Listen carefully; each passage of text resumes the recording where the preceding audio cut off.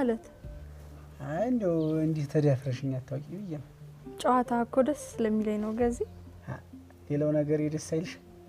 ያው ጨዋታ ደስ አለኝ ማለት እኔም ደስ አልኩሽ ማለት ነው አይደል? በለው ግን እንደው የሰው ቤት የሰው የሚያደርገው ለካ የሰው ባህሪ ነው ማለት አንቺና እኔ እኮ እንደው ማንግባባው ነገር በሰባት ነው የሚገባሽ። እንኳን እሺ አንተ እኮ ነህ በቃ አወራራ ሁሌ ምንም አይገባኝ።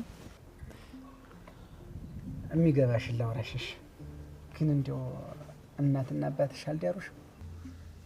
አባቴ በህይወት የለም አላልኩ? የማን አባት ዘላለም ይኖራል ብለሽ? አባት ይሞታል፣ ልጅ ይወልዳል፣ ከዛ እሱም ይሞታል። እንዴ እኮ ነው በቃ። ቢሆንም የኔ አባት መሞት አልነበረበት። አረወዲያ እኔስ አንዳንዴ ሳይሽ እንደነዛ እንደጅሎች ተመስኛለሽ። ማን እኔ ነው ከነዋ ጋር የምታመሳስልኝ? አጭ እንዴት ነው እጅሽ እንዴት ነው የሚሞቅ? እሳቱ ነሽል ማለት እጄ ተቃጠለኩ። ምን ሲጀመር ሩቅ አይደል ያለ እሳቱ ገዜ ጠጋበል ስትባል እንደው ተንከረፈፍኩ አይደል? እኔ ምልሽ ልዘ አቤት እንዴት ነው ምኑ? አይ ገብተሻል። ኧረ እባክህ ልሄድ ነው። እኔ ውሃ ጥጄ ነው የመጣሁት። ይሄ ደግሞ እጄን ያዘኝ ማለት ነው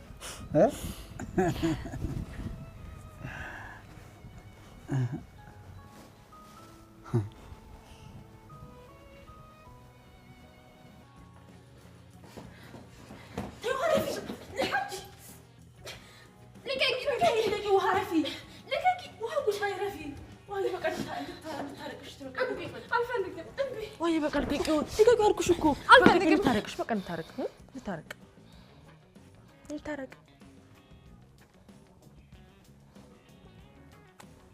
ልብጭ ዋዬ አሁን ታረቅን አይደል? አሁን እቺና ደግሞ ዳጣን ጥሪልኝ እሺ? አራም በይ አልፈልግም። እንደውም እኔ ስጦታው ላይ ነው እሺ? ምንድነው? እና አርጁን ለኤቢ ስጭልኝ ብሎ ሰጠኝ። ግን ለራሴ ነው የሰጠኝ እሺ? ለራሴ እኮ ምንድነው? እኔም ገና ላይ ነው ለነገሩ እናገባኝ ተይው። ሲጀምር እኮ ተይው ብዬ ነግሬዋለሁ።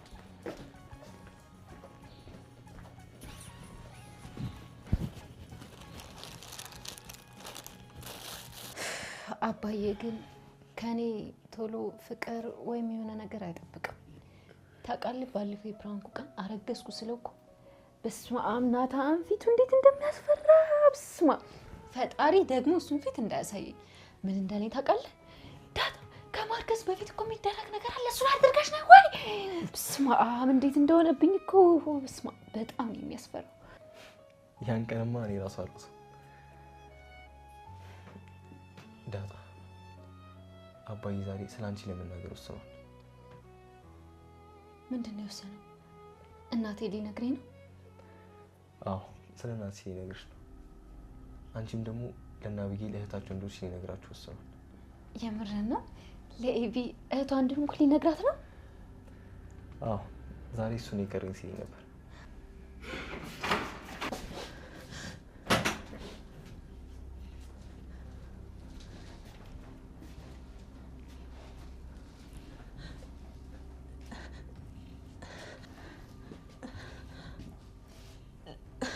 ናታን ቆይ ምንድነው የሰማሁት? ናታን ንገረኝ። ዳጣ የኔ እህት ናታን ንገረኝ እንጂ ናታን ምንድነው የሰማሁት? ንገረኝ። ቆይ እሷ ዳጣ የኔ እህት? ቆይ ዳጣ እውነት የኔ እህት ነሽ ናታን?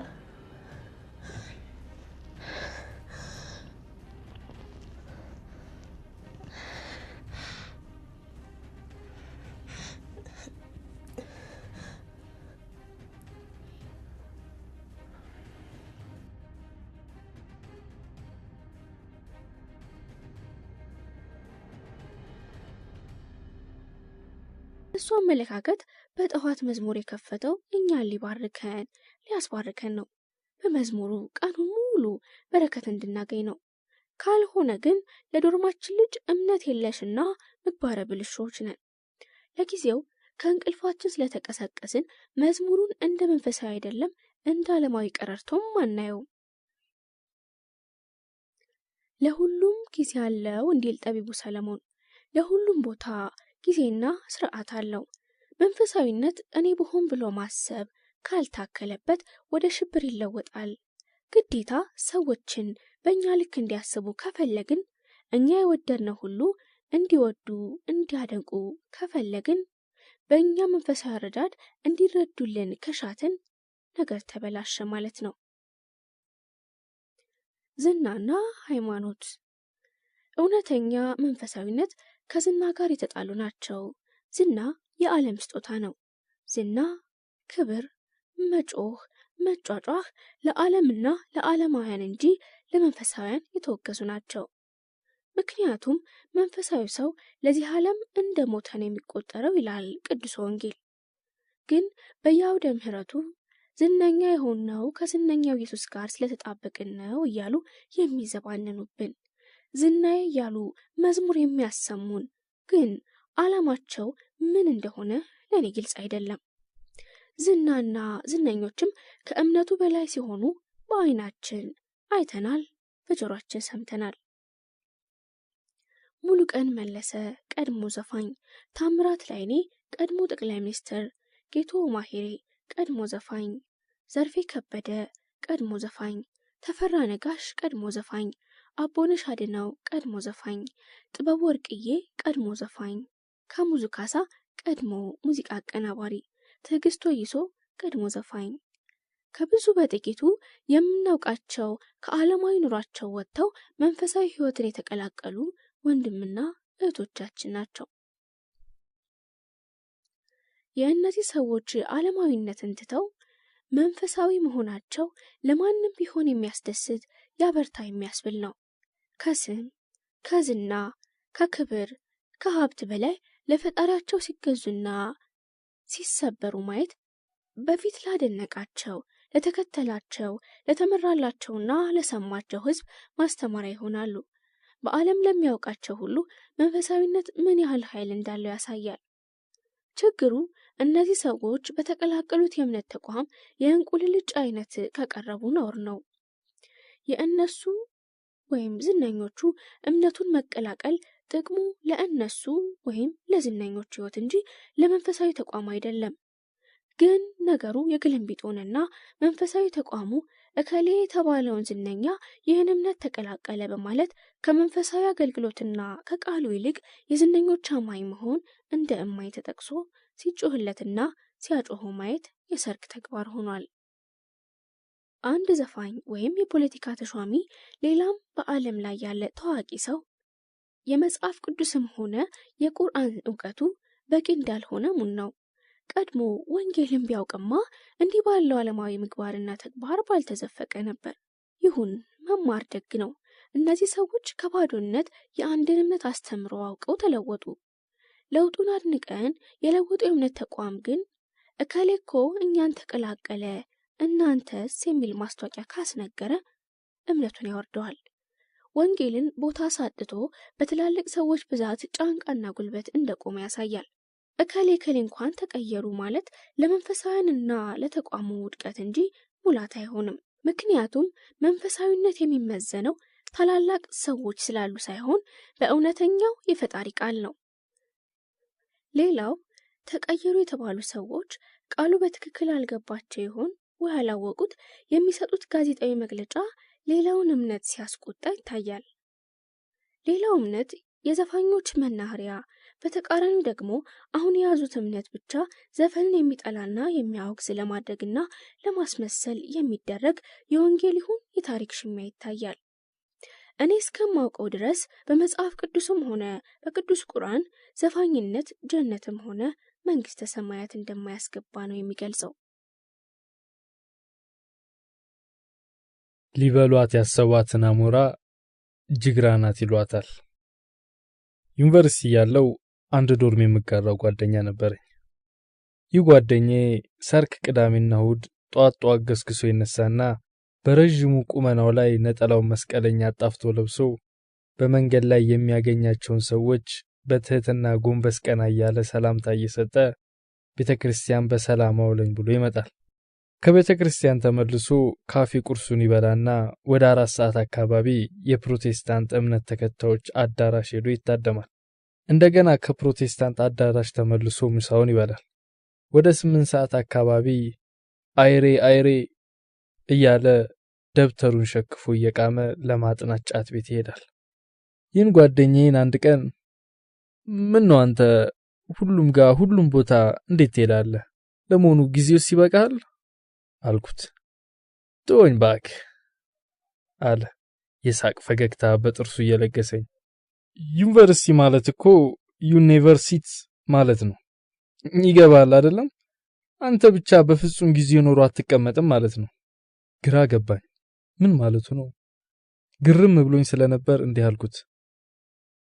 ዩኒቨርሲቲ ሲባል እኮ ዩኒቨርሲቲ ውስጥ ትምህርቱ፣ ጥናቱ፣ አሳይመንቱ በዝቶብህ ጊዜ ታጣለህ ወይም ቢዚ ይሆናል ማለት እንጂ ጧት ቤተክርስቲያን፣ 4 ሰዓት አዳራሽ፣ 8 ሰዓት ጫት ቤት፣ ማታ ጨብስ ትሄዳለህ ማለት አይመስለኝም። እባክሽ አንቺ አልገባሽም። እኛ ፈታ ብለን ነው የምንኖረው ነበር ያለኝ። ጉዳዩ የጓደኛዬ ችግር ብቻ አይመስለኝም፣ የብዙዎቻችን ችግር ነው። ለነገሮች ያለን አመለካከት፣ አተያይ፣ አተረጓጎም፣ ውሳኔ አሰጣጥ ከራሳችን ራስ ተነስተን ነው። ብዙዎች ወጣቶች ወጣትነት ማለት ምን ማለት እንደሆነ ግራ ገብቶናል። ወጣትነት ማለት የመማሪያ የተለያዩ ዕውቀት የሚሰጡ መጽሐፍት ማንበቢያ፣ ለጎልማሳነታችን ብሎም ለእርጅና የሚበቃ ጥሪት መሰብሰቢያ፣ ለራስ፣ ለቤተሰብ፣ ለሰፈር ብሎም ለሀገር መመኪያ ቁም ነገር ሰርቶ ስምን ለማስጠራት ከላይታች ደፋ ቀን የምንልበት እንጂ ባለ 2 አሃዝ ጃምቦ ድራፍት የምንጠጣበት 2-3 ፍቅረኛ የምንይዝበት ፌስቡክ ላይ 24 ሰዓት ተጥደን ያችንም ይህንንም እሷንም እሳቸውንም ምኑንም የምንወድበት ወይም ላይክ የምንጋራበት ወይም ሼር የምናደርግበት ፎቶአችንን በድረገጽ ላይ ለጥፈን ወይም ፖስት አድርገን አመስግኑኝ በሞቴ አድንቁልኝ ባልንጀሮቼ ብለን የምንለማመንበት አይመስለኝም። እኔ ማለት ማን ነኝ ብለን ልንጠይቅ ይገባል። በመጀመሪያ ነፍስን ከስጋ፣ ጥሬውን ከብስሉ፣ ግልቡን ከፍሬ፣ እውነታውን ከሐሰት፣ ቁም ነገሩን ከንቶ ፈንቶ መለየት ግድ ይለናል። ቀጥሎ ለማንም ለምንም ነገር ትርጉም ስንሰጥ እኛ እንደመሰለን እንደተረዳኑ ሳይሆን በነገሩ ምንነትና ልክነት መሆን ይገባል። አንዴ ስለ ደም ግፊት ስንማር አንዱ የክፍላችን ልጅ መምህራችን እንዲህ ብሎ ይጠይቃል። ዶክተር ወሲብ ደም ግፊትን ያስተካክላል ሲባል ሰምቻለሁ፣ እውነት ነው ወይ ብሎ ጠየቀው። መምህራችንም እጅግ በጣም ሳቀና ወሲብ ለመፈጸም ካለን ጽኑ ፍላጎት የተነሳ ሰበብ እየፈጠርን ሁሉን ነገር ወደዛ እንወስደዋለን። ነገር ግን ወሲብ የደም ግፊት መድኃኒት ነው ተብሎ የተጻፈም የተሰጠም አላነበብኩም፣ አላየውም ነበር ያለው መምህራችን። አብያተ ክርስቲያን እንደ ህዋስ የሚከፋፍላቸው የተለየ ሐሳብ ሳያመጡ ዝም ብለው ቃላትና የፊደል ቅርጽ እየለወጡ መጠሪያ እየቀያየሩ መጠሪያቸውን ወደ ኋላ እየገለበጡ መሰረታዊ ነገራቸው የረባ ልዩነት ሳይኖራቸው ዝም ብሎ ስምና ዝናውን መሪ፣ ፓስተር፣ ቄስ፣ መምህር፣ ኡላማ፣ ሼህ፣ ረቢ ወይ ደግሞ የዚህ አጥቢያ መስራች፣ የዚህ መስጊድ ኃላፊ ለመባል ብቻ ልክ ዩኒቨርሲቲ እንደማውቀው ወዳጅ አይነት ትርጉም እየተረጎሙ እኮ ነው። ወንጌሉ አንድ ነው፣ ትርጉሙ ግን ራሱ አንድ ነው። ጭራዎች ግን ብዙ ናቸው። ሽብር እኮ ሃይማኖት የለውም። ለምን ከቅዱስ ቁርአን ጋር ታገናኙታላችሁ? አሸባሪ ተብሎ አማኝ የለም። እምነት በራሱ መረጋጋትና ማረጋጋት ስለሆነ ዛሬ ጸበል፣ ነገ ዘመናዊ ሕክምና፣ ከነገ ወዲያ የባህል መድኃኒት፣ ካልሆነም አዋቂ ቤት እንሄዳለን። እስቲ ፈውስ ብናገኝ ማን ፈወሰልን ነው? ቢብስብንስ ማን አባሰብልን ነው? ወይስ የጨነቀው እርጉዝ ያገባል ሆኖብን ነው? የኢትዮጵያ የውጭ ፖሊሲ እንዴት ነው? ድሮ ከፖርቹጋል ቀጠለ፣ ከእንግሊዝ ቀጥሎ ከፈረንሳይ፣ ትንሽ ቆይቶ ከሊቢያ፣ ከዚያም ከአሜሪካ። ምን አለብን? ሁሉ አማረሽን ገበያ አታውጧት ይባላል። አሜሪካን ትተን ከሞስኮ መልሰን ከአሜሪካ ሆነ። አሁን ደግሞ ከቻይና ጋር መውጣት መግባት ጀምረናል። ብቻ እንዲሁ ቀን ከሌሊት እንደባዘንን ዘመናችንን ፈጇለን። ሁሌም ሳይንሱንም የእምነት ዶግማውንም ፖለቲካውንም ባህሉንም ኢኮኖሚውንም እኛ እንደሚመች እናስጠጋዋለን። ትናንት ኃጢአት ነው ብለን ጥቅስ ጠቅሰን አስተምረን ዛሬ ደግሞ ሌላ ጥቅስ ከዛው መጽሐፍ ጠቅሰን ቅዱስ ነው እንላለን። ትናንት የመስቀሉ ስር ቁማርተኞች ብለን ተችተን ዛሬ የሐውልቱ ስር ቁማርተኞች ሆነን እንገኛለን። ባለፈው ቃል አዋዲ ይከበር፣ ሕግ አይጣስ፣ ዶግማው ይሸራረፍ አላለም? ታዲያ ዛሬ ለምን ምን ችግር አለው የምንለው? ተቋሚዎችን ልንከስ ስንነሳ ሕገ መንግስቱን መቅደስ ራሳችንን እንደ ቅዱስ ካህን ቆጥረን ሕገ መንግስቱን እንደ ተራራ አግዝፈን ተቋሚዎች እንደ ሕገ መንግስቱ ሰርሳሪ ቆጥረን ሊንዱት ነው ብለን ራሳችን ከሰን ራሳችን ፈርዳለን። በተራችን ራሳችሁ የጻፋችሁትን ሕገ መንግስት እየተረጎማችሁ አስተዳድሩን፣ በሕጉ ምሩን ስንባል ለሀገሪቱ ህልውና፣ ለፓርቲው ደህንነት፣ ለግለሰብ ልዕልና ምናምን ብለን ይህን ልናደርግ ተገደናል ብለን ስብከታችንን ቀን ከሌሊት ከጧት እስከ ማታ እናሰማለን። ሰው ማሰር ስንፈልግ በአሸባሪነት በዘር ማጥፋት አሳበን ወደ ጨለማ እንወረውራለን። አሸባሪነትና ዘር ማጥፋት እኮ ዓለም አቀፍ ችግር ነው። ትርጉሙም እንደዛው ዓለም አቀፍ ነው። ግን እውነት በእነዚህ ጉዳይ የተፈረደባቸው ሰዎች እውነት በትክክል በዓለም አቀፉ ሕግ መሰረት ነው ወይስ ለኛ ስላልተመቸን፣ ልማታዊ ስላልነበሩ፣ ህዳሴውን ለማረጋገጥ እንቅፋት ስለነበሩ፣ አንገት ከሚሰበር ባይበላስ ቢቀር አስገምቼው ራሴን አልሞላም በኪሴ ስላሉ፣ ለምን ህዝቡ ተጨቆነ፣ ዲሞክራሲ የለም፣ የግለሰብ ነጻነት ይከበር፣ በነጻነት እንጻፍ፣ እንናገር፣ እንሰብሰብ ብሎ ስለጠየቁ ይህ ጉዳይ አሸባሪነትም ዘር ማጥፋትም አይደለም። ሊበሏት ያሰቧትን አሞራ ጅግራ ናት ይሏታል ካልሆነ በስተቀር ምንድነው እንደ ፌንጣ ከላይ ታች መዝለል? ግብርና መር፣ ግብርናና ኢንዱስትሪ መር ወይም ማድሊ። አሁን ደግሞ ኢንዱስትሪ መር ኢኮኖሚ ፖሊሲ አለን። የአንዱ ጉድለት ጥሩ ጎን ተሞክሮ ሳይወሰድ በአዲስ ሰው በአዲስ መርህ ወደ አዲሱ እንሄዳለን። አንዱን ሳናጣጥም ሌላ ያምረናል። አንዱን ጥሎ አንዱን አንጠልጥሎ ግን እስከመቼ? ዓላማን ከጀግኖች አትሌቶቻችን መማር ነው።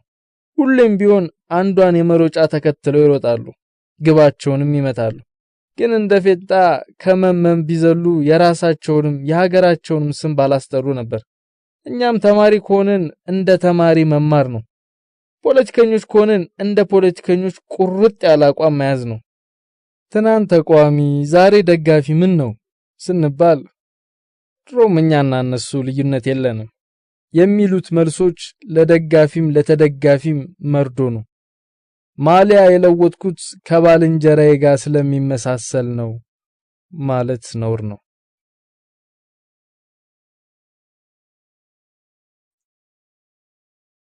የቤት ቀጋ የውጭ አልጋ። ይህ እውነተኛ ታሪክ ነው። አዲስ አበባ አካባቢ ባለ የገጠር ወረዳ ውስጥ የተከሰተ። ልጁ የጤና ባለሙያ ነው። ሳይወድ በግድ የተማረበት ዲግሪ ተይዞበት በግዴታ የማይፈልገው ቦታ የሚሰራ የጤና ጥበቃ የምሁር እስረኛ። በጤና ባለሙያዎች ውስጥ የጤና ልማት ሰራዊት የሚባል መዋቅር አለ። ይህ መዋቅር ከሚሰራበት ጤና ጽሕፈት ቤትና ጤና ጣቢያ ባሻገር ጤና ኬላ ድረስ በመሄድ ለጤና ኤክስቴንሽኗ ድጋፍና ክትትል ያደርጋል። ይህ ብቻ አይደለም፣ ህብረተሰቡ ድረስ በመሄድ የጤና ትምህርት ይሰጣል። ሌላም አላስፈላጊ የፖለቲካ ስራ ይሰራል። አባል ይመለምላል። ፀሐዩ መንግስት ለአርሶ አደር ገበሬው የጤና ባለሙያዎችን በራቸው ድረስ እንደሚያመጣላቸው ማሳያ ጭምር ሆኖ ያገለግላል። በዚህ የጤና ልማት ሰራዊት አማካኝነት አንድ ባለሙያ ቢያንስ በሳምንት አንድ ጊዜ ከሚሰራበት ቦታ እንዲወጣ ግድ ይለዋል። ይህ ሁሉ ሲሆን ግን አበል አይከፈልም። መጓጓዣ ትራንስፖርት የለም። የጽሑፍ ይቅር የአፍ ምስጋና የለም። እንደው ትዕዛዝ ብቻ ያውም መብረቃዊ ቁጣ የተቀላቀለበት ፊደል በቅጡ ያልቆጠረ የወረዳ ጤና ቢሮ የፖለቲካ ተሿሚ ሸካራ ቃል። ጓደኛችን ይህን ቁጣ ፈርቶ የ12 ኪሎ ሜትር መንገድ በጠዋት ገስግሶ ጤና ኬላ ሄዶ ህብረተሰቡን አስተምሮ ሰርክ በእግሩ ይመለሳል። ወደ ቤቱ ሲመለስ በንዴትና በፀሐይ ፊቱ ጠቁሮ በመንገዱ አድካሚነት ሰውነቱ ዝሎ ከወገቡ ኮብጦ ይመጣል። ሁሌም ይቆጨዋል።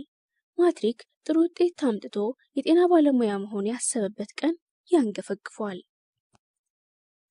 እንደ ሌሎች ጓደኞቹ ከሳይንስ ይልቅ አርት ገብቶ የባንክ ባለሙያ፣ የአንድ ድርጅት ተቀጣሪ ሱፍ ለብሶ ቢሮ ለቢሮ መንጎራደድ፣ ሲመሽም እጁን በኪሱ ከቶ ከተማ ለከተማ እየተንፏለለ ቆንጆ ቆንጆ ቺኮችን እየለከፈ በአይኑ እየተመለከተና እያደነቀ ቢኖርስ? በገዛ እጁ ጤና ባለሙያ ሆኖ ስራውን አይለቀው የተማረበት ዲግሪውስ ተምሮ እንዳልተማረ የቤተሰብ ተጧሪ ሲሆን ለአእምሮ ይከብዳል። በወጣትነቱ ለስንቱ ሺህ ጤናን ለናፈቀ ኢትዮጵያዊ ይሆናል የተባለ እውቀቱ የወረዳ ካድሬ መጫወቻ ሆነ። አንዳንዴ ከተማ ሄጄ ኮብልስቶን ልቀጥቅጥ፣ ተደራጅቼ ዶሮ ላርባ፣ እንጨት ቤት ልክፈት ብሎ ያስባል። ቢሆንም ይህን የሚያደርግበት ወኔ የለውም፣ መክሊቱም አይደለም። የተማረው ኢትዮጵያውያን ወገኖቹን ለመርዳት ለራሱም የተሻለ ህይወትን ፍለጋ ነው። ግን አሁን ያለው ነገር ደስታ ሊሰጠው አልቻለም። ጓደኛችን ዛሬም እንደተለመደው ለልማት ስራ ወደ ገጠር ወጥቷል። ያለበትም ገጠር ነው። ይመለሳል ባልንበት ሰዓት ግን በመኪና ተጭኖ ሰው እያለቀሰለት መጣ። በተፈጠረው ነገር ሁላችንም ተደናግጠናል። ጓደኛችን እግሩ ተሰብሯል። ፊቱ ተጋግጦ ያልተተኮሰ ባለ ስኩዌር ሸሚዝ መስሏል። ሰዎች እጅግ በጣም አዘኑለት። የሰው ሐዘን ባይጠቅመው የመጀመሪያ እርዳታ ሰጠነውና ወደ ከፍተኛ ሆስፒታል ለተሻለ ሕክምና ላክ ነው። ጓደኛችንን ከላክን በኋላ እንዴት እንደተጎዳ ሰማን። ስራውን ሰርቶ ሲመለስ መንገድ ላይ ሞተር ያገኛል። ሞተሯ ሞተር ጋላቢውንና አንድ ሰው ብትጭንም ደክሞት ስለነበር ደርበው እንዲጭኑት ይለምናቸዋል። በነገራችን ላይ ገጠር አካባቢ የትራፊክ ሕግ የለም። ብዙ ጊዜ በአንድ ሞተር 3 ሰው ጭኖ መሄድ የተለመደ ነው። እንደ ሰርዲን አጭቀው የሚሄዱትን ሎንችኖችን ተዋቸው።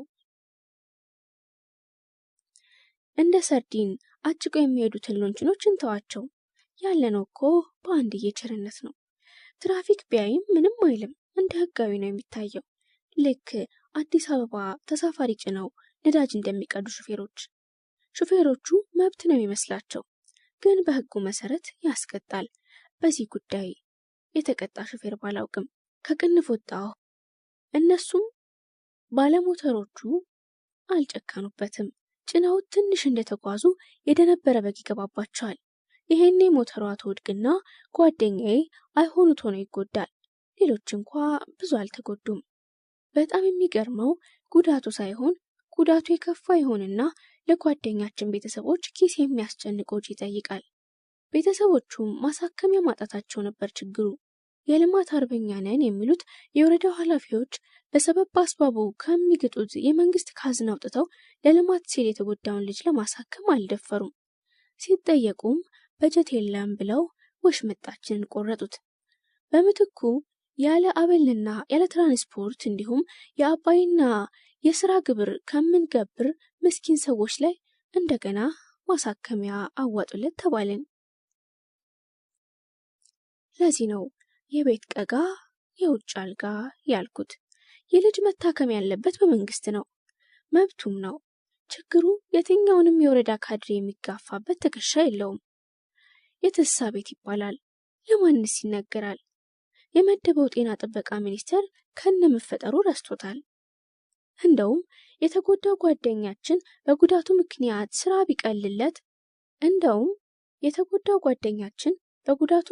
ስራ ቢለቅለት ስራ የሚጠብቁ አዲስ ተመራቂዎች እያጨናነቁት ስለሆነ በሱ ቦታ ሌላ ሰው ይተካል። ምሁር እንደሆነ በሽ ነው። ልማታዊ ዩኒቨርሲቲዎች ይኖሩ እንጂ የቤት ቀጋ የውጭ አልጋ።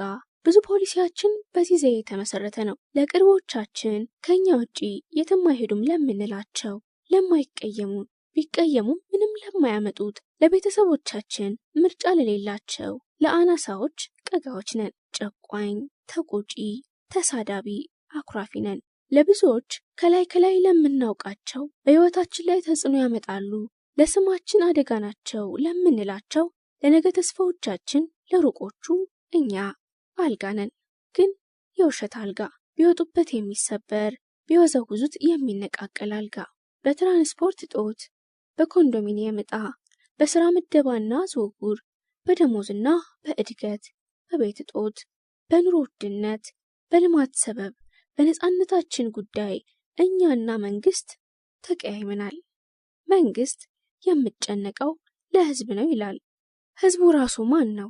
የትስ ያለው ነው? የሁሉም ሰው አንድ ቁም ነገር ለመስራት የመነሻ ምክንያቱ ህዝብ ነው።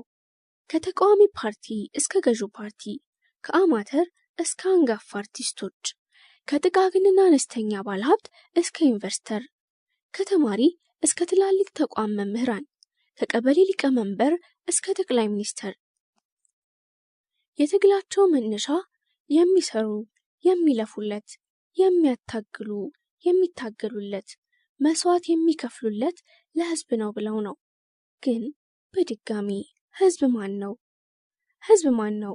የመንግስት ሰራተኛ ያልሆነ ብዙ ቁጥር ያለው ህዝብ ግን የከተማ ኗሪ ያልሆነ በእርሻ ስራ ብቻ የሚተዳደር ዘላን አርብቶ አደር ብዙ ቁጥር ያለው መራጩ ህዝብ 80%ቱ አርሶ አደር ገበሬ፣ ከውጭ የመጣው ዲያስፖራ ወይስ ባለሀብቱ ብቻ ነው?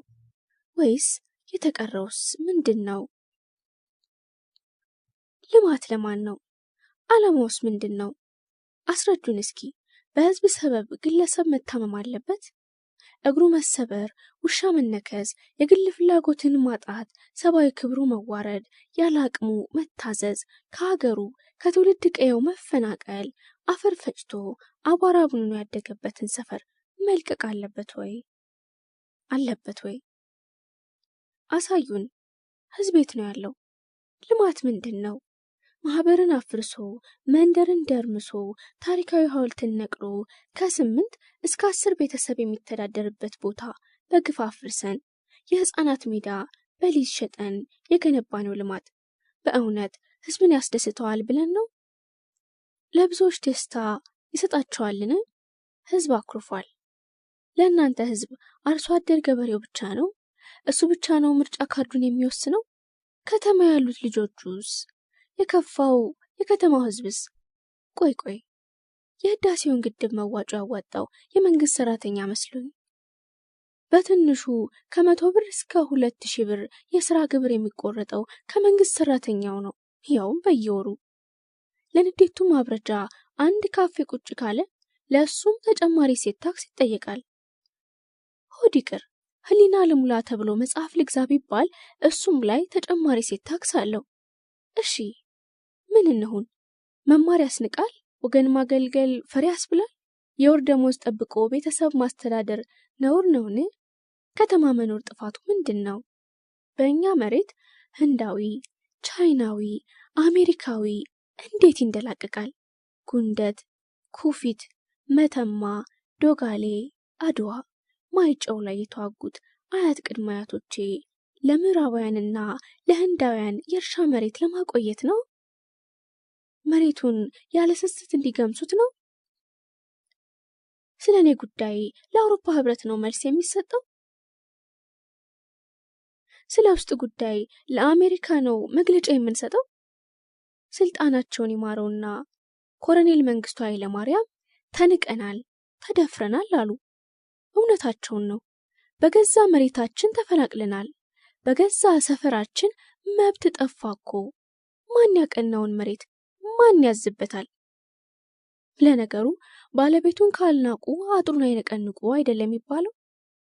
ደፍሮ ያስደፈረን ግልጽ እኮ ነው። ከወቀሳው ባሻገር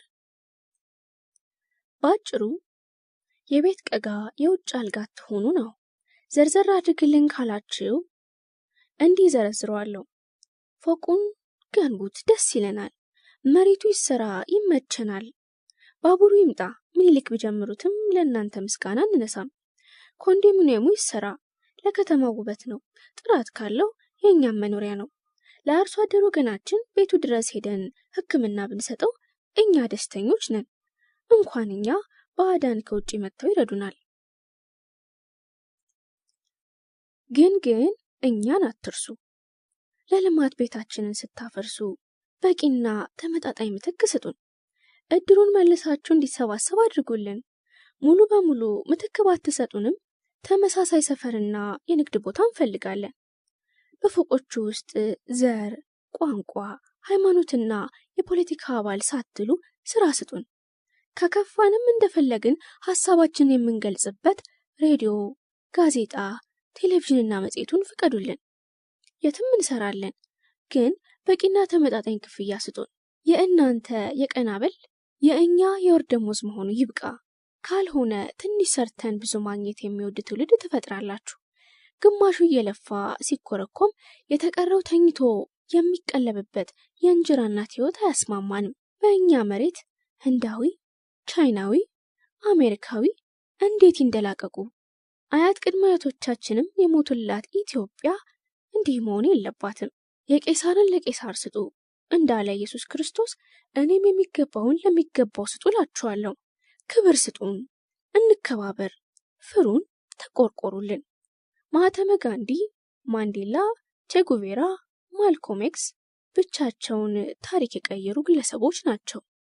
እኛስ ብዙዎቹ፣ ለዛውም ጭቆናና ግፍ የበዛብን ኢትዮጵያውያን።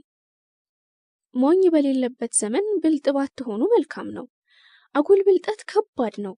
ንቀትን እንጂ ክብርን አታመጣም። መሳቂያ መሆን እንጂ ሞገስን አያስገኝም። ዓይን ላፈር መባልን እንጂ ከዓይን ያውጣህ አያሰኝም። በሞትኩት ሳይሆን በሞትክ አፈር በበላህ በሚል እርግማን ይተካዋል። በሞትኩት ሳይሆን በሞትክ አፈር በበላህ በሚል እርግማን ይተካዋል። ለበጎ ነው ብለን ትተነው እንጂ ሞኝ ሆነን አይደለም። ሞኝ የለም። ስለዚህ አጉል ብልጥ አንሁን። እግዚአብሔር ኢትዮጵያን ይባርክ።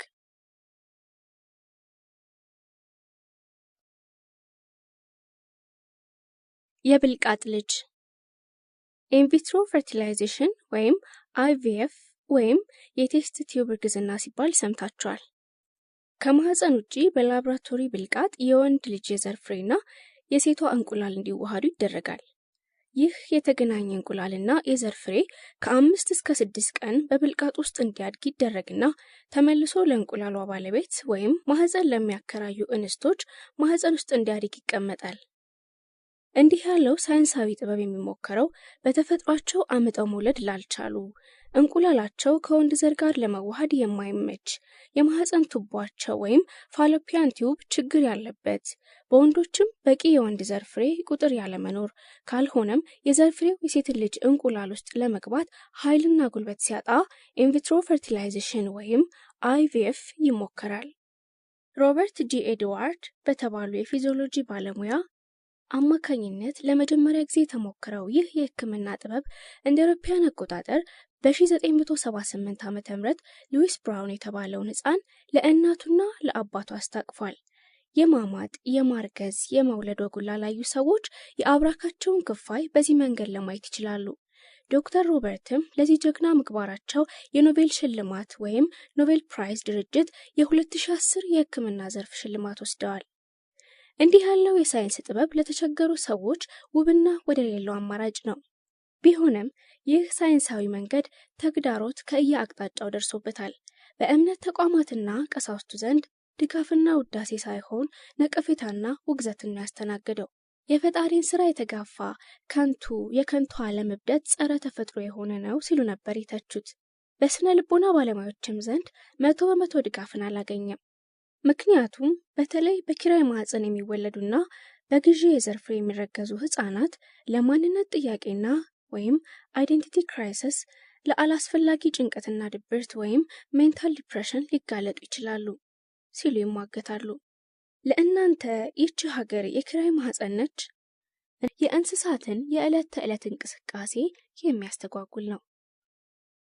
ከአቅም በላይ የሆነ ድምፅ የደም ግፊትንና ጭንቀትን ከፍ ሲያደርግ እንዲሁም የደም ቧንቧን በማጥበብ ለልብ ህመም ያጋልጣል። ሌላው እረፍትን በመንሳት እንቅልፍን ይነሳል፣ ለድብርት ያጋልጣል። ባስ ካለም አለመስማትን ሊዳርግ ይችላል።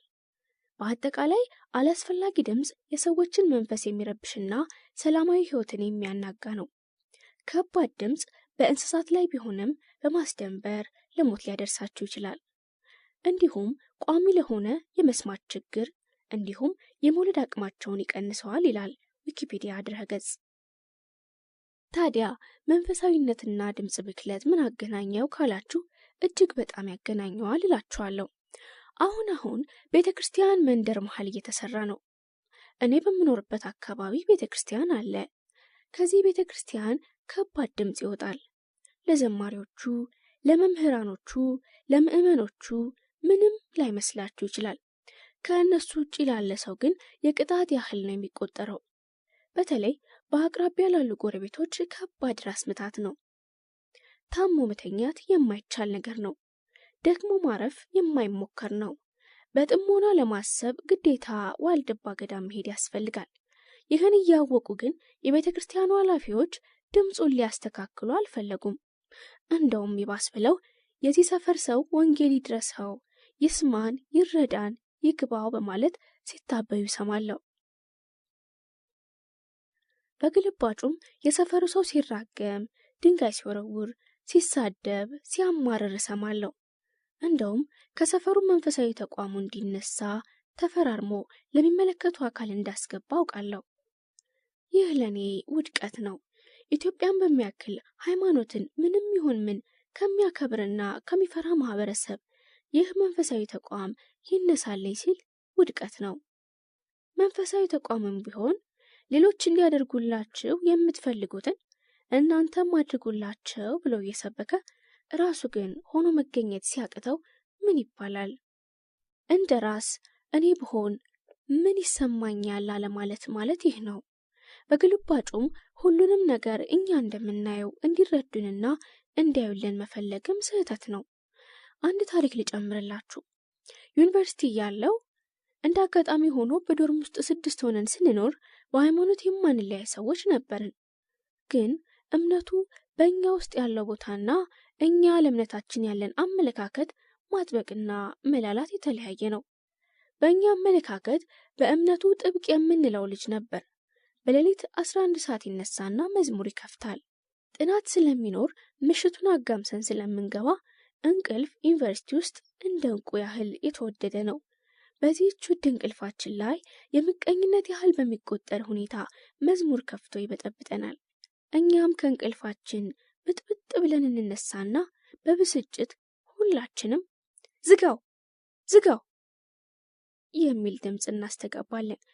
ባለመዝሙሩ ጓደኛችን ግን በጣም ቅር ይለዋል። እንደውም ያዝንብናል።